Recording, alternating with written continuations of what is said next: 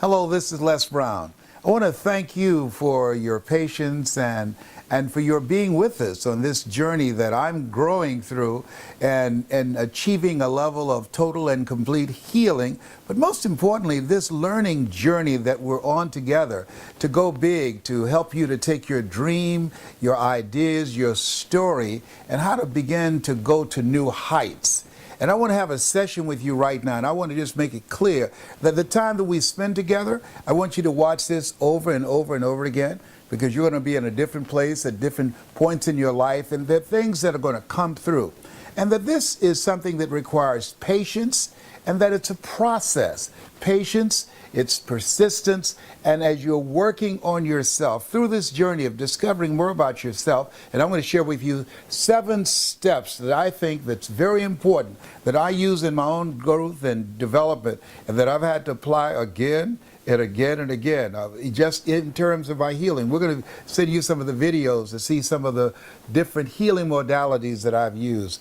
Music, prayer, meditation, exercise, acupuncture, eating all types of foods, particularly vegetables. I feel like a silly wabbit. Oh my goodness.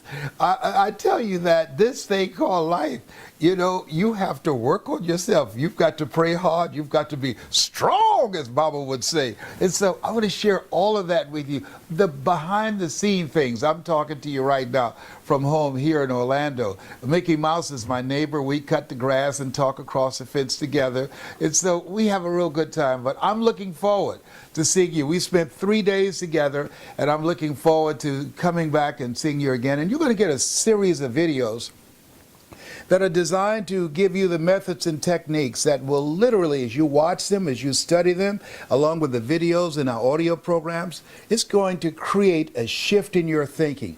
It's going to expand your mind and give you a vision of yourself beyond your circumstances.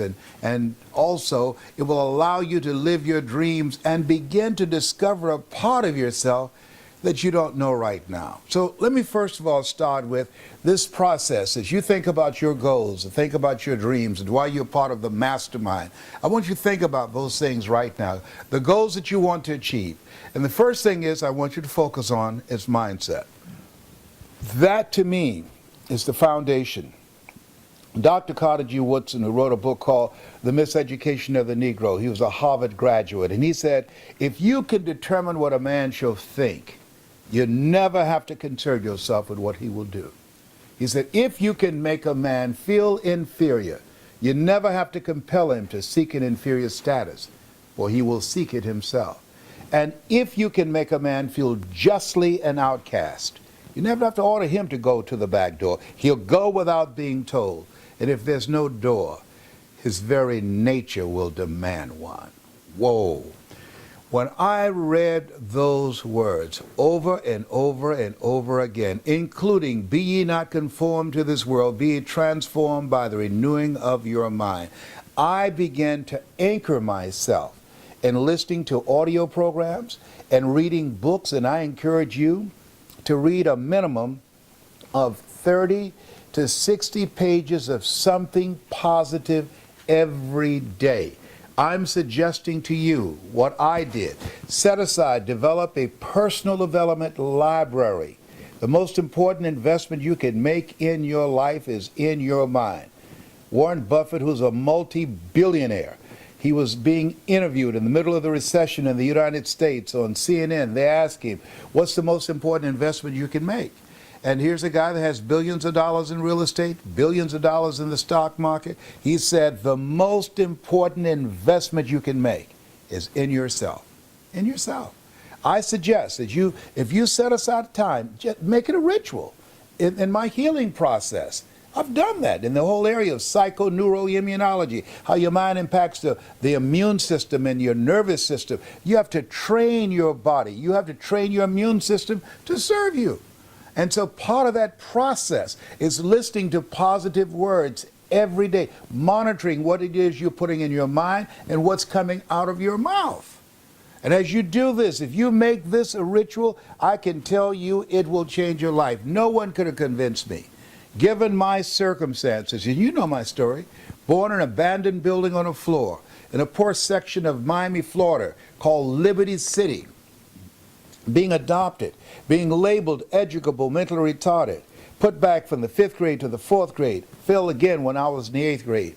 No college training. No one could have convinced me by reading on a regular basis books that would change my mindset. Psycho-Cybernetics by Maxwell Maltz. The Road to Your Best Stuff by Mike Williams, my mentor. The Think and Grow Rich by James Allen. No one could have convinced me by immersing myself and reading materials that would expand my mind that I would be doing what I'm doing right now.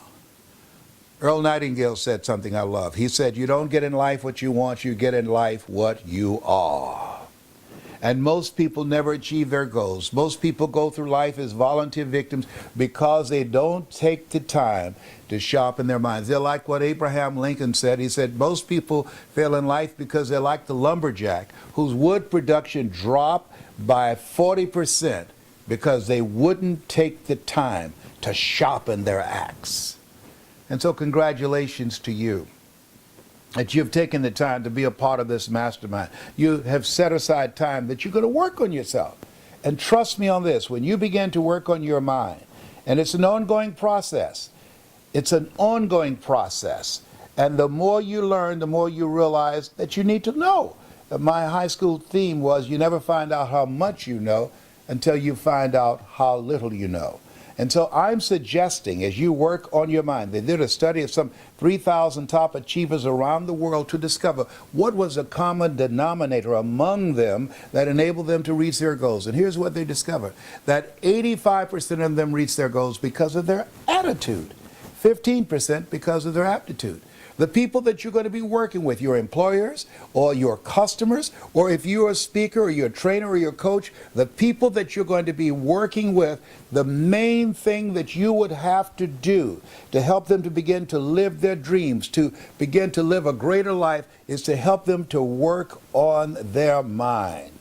And that if you train yourself, to discipline yourself, have an appointment with yourself, to read on a regular basis, have an appointment with yourself, to listen to an audio program on a regular basis. Faith comes by hearing and hearing and hearing. As you go to seminars and workshops, being a part of the mastermind group, in a relationship with collaborative, achievement-driven, supportive relationships, it's going to change your life without any question.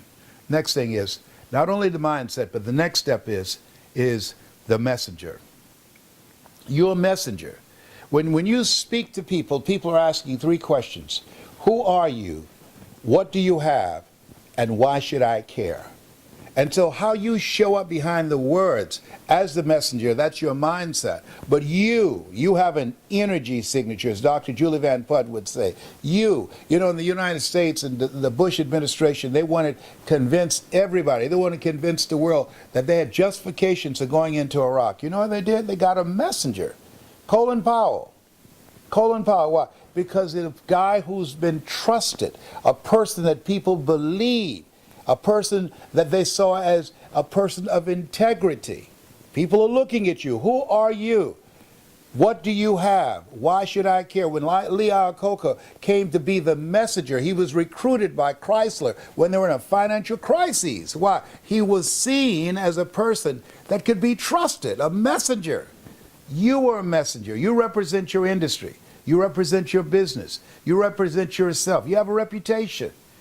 Who are you? How do people see you? You are a messenger. And so how you show up working on your character, how you show up developing a reputation of a person being a person of integrity. You're a messenger. And people look at you. When Steve Jobs talked about a product, he was seen as a messenger, as an innovator. If you came into a room and left for a moment and you were in that room with your colleagues, how would you be seen?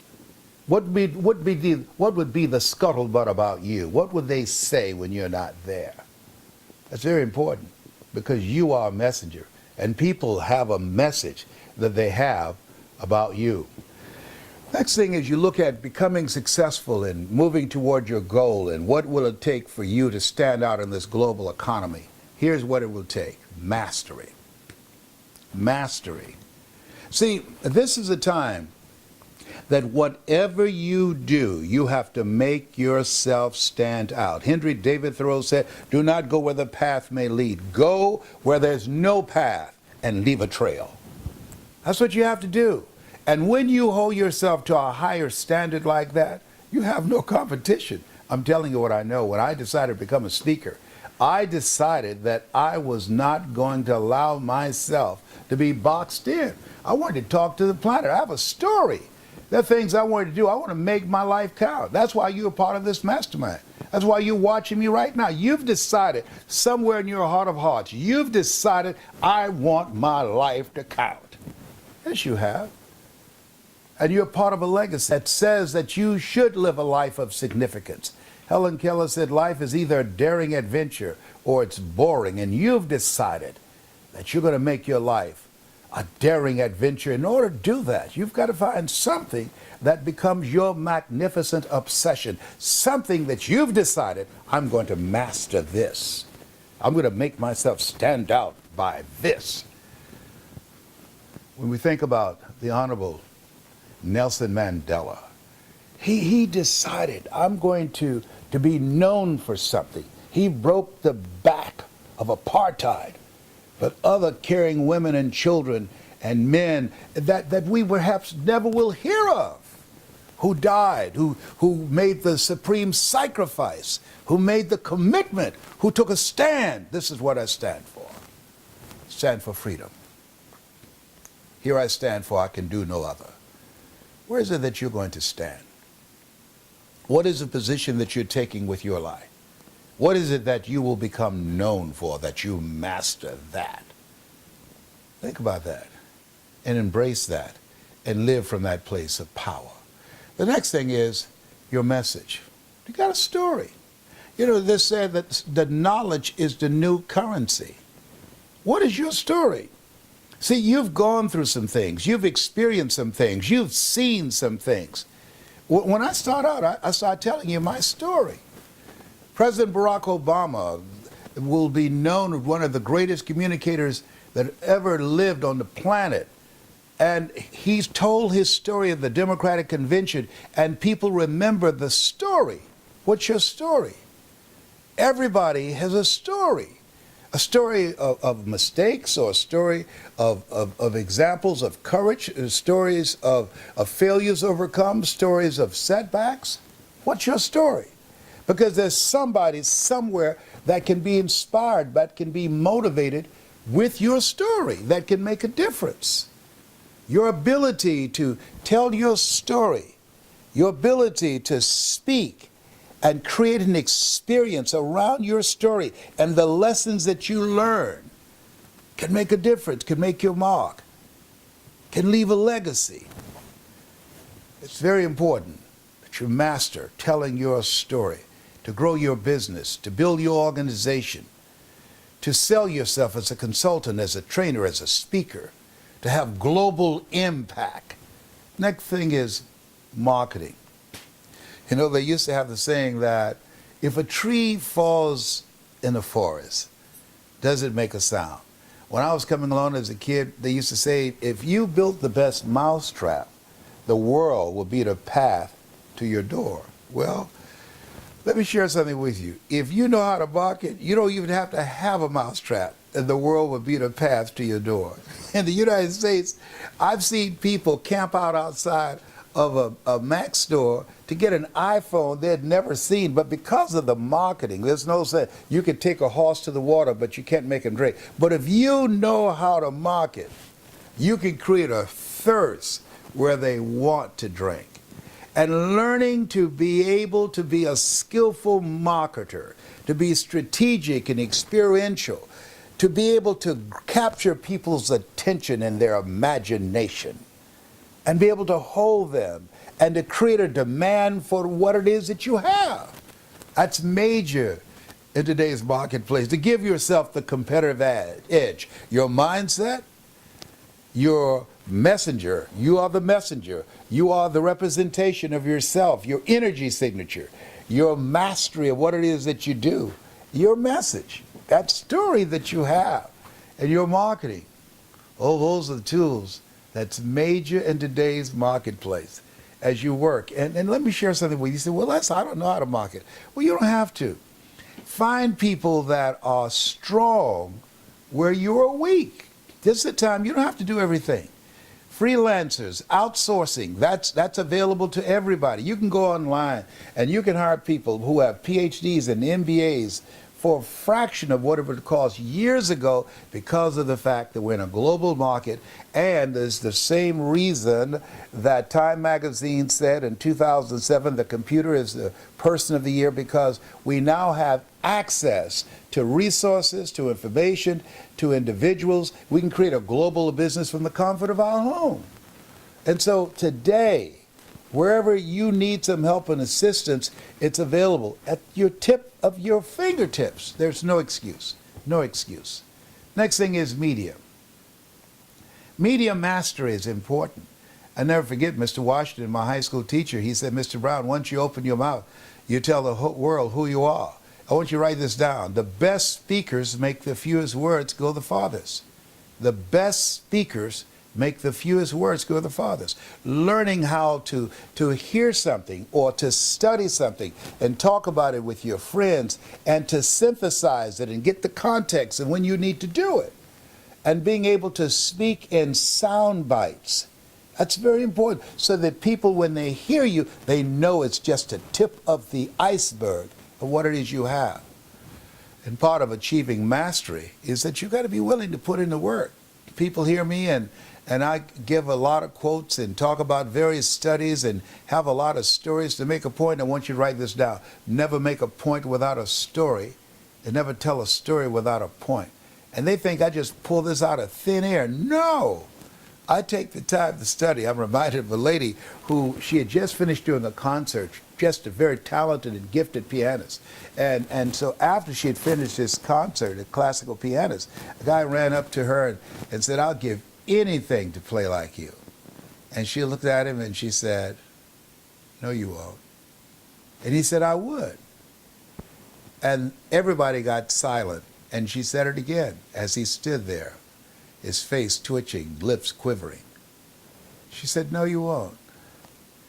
She said, you would not spend 10, 12 hours a day playing when you're exhausted and tired, your fingers feel numb.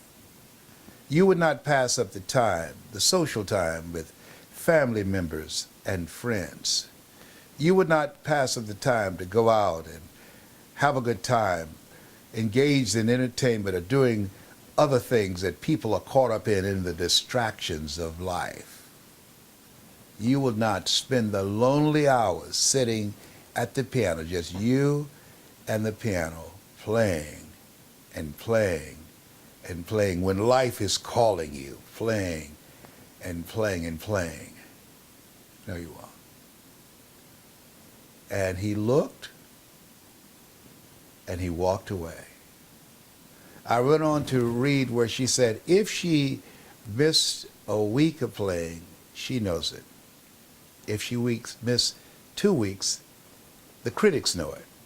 And if she missed 3 weeks of practicing and playing, her audience knows it. See, when you master something, you work on it every day. It's who you are. It's the difference between being in something and that something being in you. When I decided to become a speaker, even though I never worked for a major corporation, I remember I didn't do this for 14 years. This person that you now see, and I want you to write this down. Get someone in your life who can see what you can't see.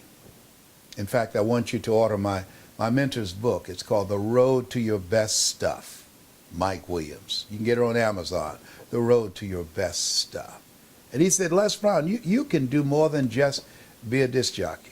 I was the man about town, Les Brown, on WVKO in Columbus, Ohio, 6 o'clock until 10 o'clock. I came on the air playing Aretha Franklin. Look out, here comes Aretha Franklin. Come on, Riri, her brand new record, Respect. Sock it to me, sock it to me, sock it to me. Here comes Wilson Pickett. Turn on your spigot, pick it. Come on and kick it. Okay, and he said, Les, you can do more than that.